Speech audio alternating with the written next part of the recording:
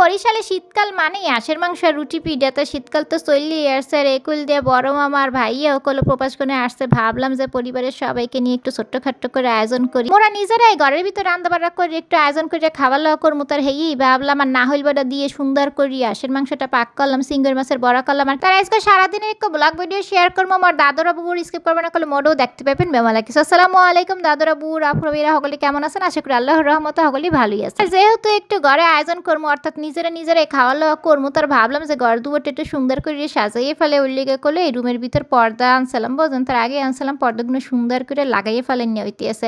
তার এতদিন লাগাই নেওয়া হয়নি, তার এখন যেহেতু একটু দাওয়াত দিম তার সুন্দর করে ঘরটা সাজাইলে করলে ভালো লাগে। আর এই রুমে কিন্তু আগের পর্দাগুলো চেঞ্জ করে নতুন পর্দাগুলো লাগাই নিতে আছে। এটা কিন্তু মোর ফ্ল্যাটের সেকেন্ড বেডরুম বোঝেন, আরেকটা যে বেডরুম ওই বেডরুমে করলে পর্দাগুলো সুন্দর করে লাগাই ফেলাইতেছে। এই রুমে মূলত মোর মাইয়ে খেলাধুলা করে পরে, তার এই রুমে তো মোর বেশি থাকা হয় না। মোর বেডরুমেই যেহেতু তুমি বেশি থাকি ওই লেগে করলে ওই রুমটি আমাকে বেশি শেয়ার করি। ইনশাল্লাহ পরবর্তীতে একদিন হোম ট্যুর শেয়ার করে দিব মানে প্রত্যেকটা রুম। তার এখন যেহেতু বেমালা ব্যস্ততার ভিতরে থাকে ওরকম করে আর কি শেয়ার করা হয় না। তাই যেই হোক এই যে এইখানে করলে ওই যে দরজার ভিতরে যে ওই পর্দাগুলো লাগাই ফেলাইলাম, ভিতরে বারান্দার সামনের পর্দাগুলো লাগাই ফেলাইলাম। আর পর্দাগুলো কেমন হয়েছে অবশ্যই কমেন্ট করে জানাবেন। এই তোমার বেমালা পছন্দ হয়েছে, এই কালারগুলো মোর ধারে বেমালা ভালো লাগে। এই যে দেখেন অপর সাইডে কিন্তু এই কালারে বেমালা সুন্দর পর্দাগুলো কেমন লাগছে আমাকে ধরে অবশ্যই কমেন্ট করে জানাইতে। গড়দুয়ার হাজাইতে পরিপাটি করে রাখতে মোর যে কি পরিমাণে ভালো লাগে হ্যাঁ বললে মুই আমাকে কালে বোঝাইতে পারবো না। তার মোর দাদুরা বুড়া যারা মোর রেগুলার ভিডিও দেখেন উনারা তো বোঝেন যে মুই কি পরিমাণ শৌখিন। তাই যেই হোক যেহেতু দাওয়াত আয়োজন কর্ম কথা তো বললামই হেইয়ে, তার এখানে কোনো দুগ্গ আশা নিয়ে আসা হয়েছে। তার আশার মাংস মজা না আশির মাংস মজা ওই আমাকে কমেন্ট করতে জানিতে পারেন বোঝেন। তার আশার মাংস আর ওই রুটি পিঠে এই তো আয়োজন করবো। তার রুটি পিঠে বানানোর লেগে কিন্তু এখানে চালের একটা রুটি প্রথমে গরম পানির ভিতরে একটু নুন দিয়ে চালের গুঁড়োটা সুন্দর করে দিয়ে এরপর ঢাকে দিতে আসে। তার যে কালে একালে সুন্দর করে গরম হয়ে সেদ্ধ হয়ে যাবে সেকালে লাড়াচাড়া করে নামাই ফেলাম। তার মোর ধারে এত ঝামেলা লাগতে আসছিল যে রুটি পিঠে এই আমি কেমন তারা বানাবো, এই তো মোর ধারা সম্ভব না। কারণ কি মুই তো আটা রুটি ঠিকঠাক করে বানাইতে পারি না, সেইখানে আবার চালের একটা রুটি এই মোর লেগে বেমালা কঠিন বোঝেন। রুটি বানাই না যে মোর লেগে কি ঝামেলা আর কি কষ্ট আর কি কঠিন কাম হ্যাঁ মুই বললে আমাকে বোঝাইতে পারবো না। তার সহজ উপায়ে রুটি বানানোর লেগে নিয়ে আসলাম হকের রুটি মেকার। এইটা আনার পর মোর জীবনটাই পাল্টে গেছে বোঝেন। তার এত ইজি রুটি বানাই না এই না ইউজ করলে বুঝতে পারতাম না। আর এই রুটি মেকারের উপরে সুন্দর করে পলিগুলো শেষ হয়ে গেলে এক্সট্রা পলিও কিন্তু পাওয়া যায়, পলি দিয়ে এরপর কিন্তু রুটিগুলো বানানো যাবে। তার মুই টামেগুলোকে শেয়ার করতেছি। মোর না যারা আছেন রুটি বানাইতে বেমালা কষ্ট ওনারা কী করবেন, শুধুমাত্র ওই আটার যে ডো ওইটা তৈরি করবেন। এটা তৈরি করে আটার ডোটা সুন্দর করে রাখলে মতাও লাগবে না, কিচ্ছু করা লাগবে না, কোনো রকম গোল করে এর ভেতরে জাস্ট দিয়ে চাপ দিলেই হয়ে যাবে। এটা যে এতটাই ইজি মুই না বানাইলে কখনোই বুঝতে পারতাম না বোঝেন।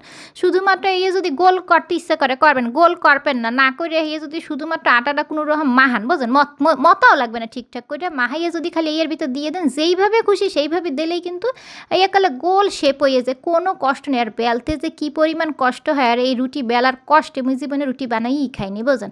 এই ধানে এইগুলো মুই মতি নেই কিছু করিনি, কোনো গোল শেপ ঠেপ করিনি, আনতে যে দিয়ে থুইছি দিয়ে এরম করে একটু চাপ দিছি সাথে সাথে রুটিটা সুন্দর করে গোল হয়ে গেছে। এরম করে যদি রুটি বানানো যায় তাহলে কি আর বেললে কেউ খাইবে? তারপরেও যারা বেলতে পারেন ওনারা তো অনেক ভালো বেলতে পারেন, মুই এককালেই বেলতে পারি না। হইলে রুটি খাওয়া এনার দাওয়াত তো কোনো দিন কেউ দিয়ে খাওয়াইতেই পারতাম না।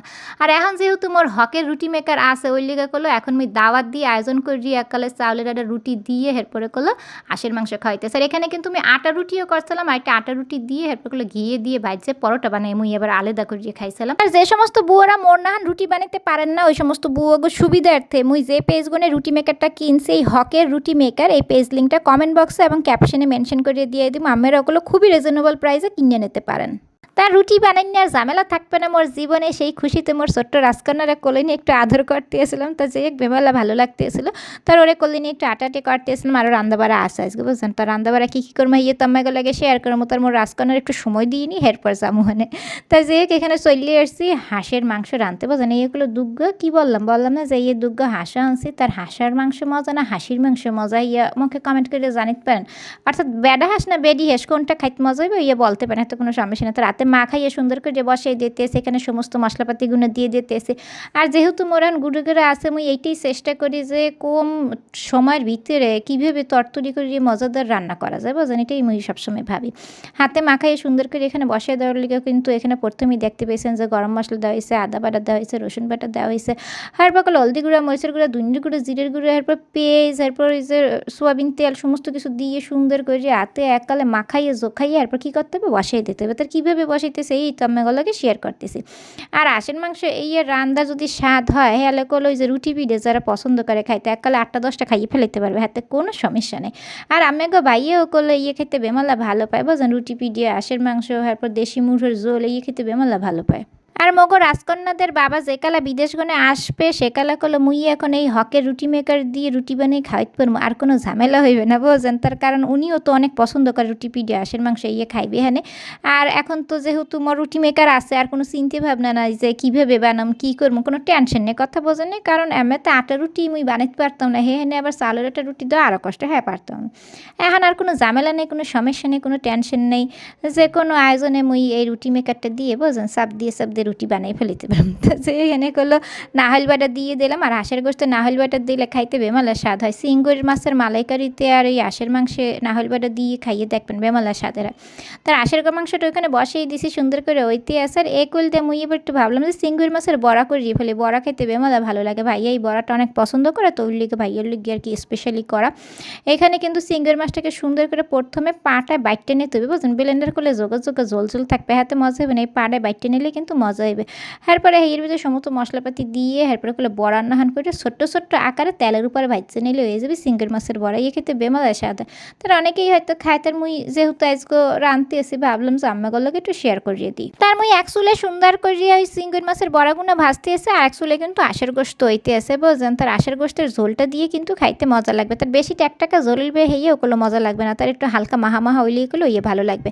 তার এই দেখেন দুই চুলে কিন্তু দুগ্গ রান্দা সুন্দর করে হইতে আসে, তার কিন্তু উল্টাইয়ে দিতে আসে। এবার চিংড়ি মাছের বড়াটা একটা মশমশা ভাজা করে খেতে করলে বেমালা ভালো লাগবে। আর চিংড়ি মাছের বড়া এরকম করে খেতে কেটে কেটে ভালো পান মোরা অবশ্যই কমেন্ট করে জানিতে ভুলবেন না। তার কালারগুলো দেখেন কি যে সুন্দর হয়েছে বুঝেন। তার এই যে এই চুলে কিন্তু মুই আশের গোষ্ঠের ভিতরে বা নূতন আলু দিয়ে দিতে আসি। দেখা যায় নর্মালি তো আশের গোষ্ঠ ওরম করিয়ে নূতন আলু দেই না কিংবা কোনো আলুই দিই না, কিন্তু মোর আলু খাইতে অনেক ভালো লাগে। তার যেহেতু আলুগুলো নূতন উঠছে মিষ্টি মিষ্টি ওই লেগে দিছি, খাইতে বেমালা স্বাদ লাগবে, আলুগুলো মুই খাম। তার এর ভিতরে আবার গরম পানি দিয়ে দিতে আসি, আশের গোষ্ঠের ভিতরে গরম পানি বলতে যে ঝোলটা দিয়ে দিতে আসি, তাহলে কিন্তু তরতরি করে হয়ে যাবে বুঝেন। তার এই যে ঝোল দিয়ে দিছি, ঝোল দিয়ে আবার ঢাক্কা দিছি, এরপর আবার কাঁচামরিচ দিয়ে দিছি, সুন্দর করে লাড়াচাড়া দিয়ে নামাই ফেলাইতে আসি, বেমালা স্বাদ হবে বুঝেন। তার নামানোর আগ মুহূর্তে জিরার গুঁড়ি দিয়ে নামাই ফেলাইছি। তার এই যে কি স্বাদ হয়েছে যারা যারা খাইবে খাবার স্টাইল দেখলেই বুঝতে পারেন।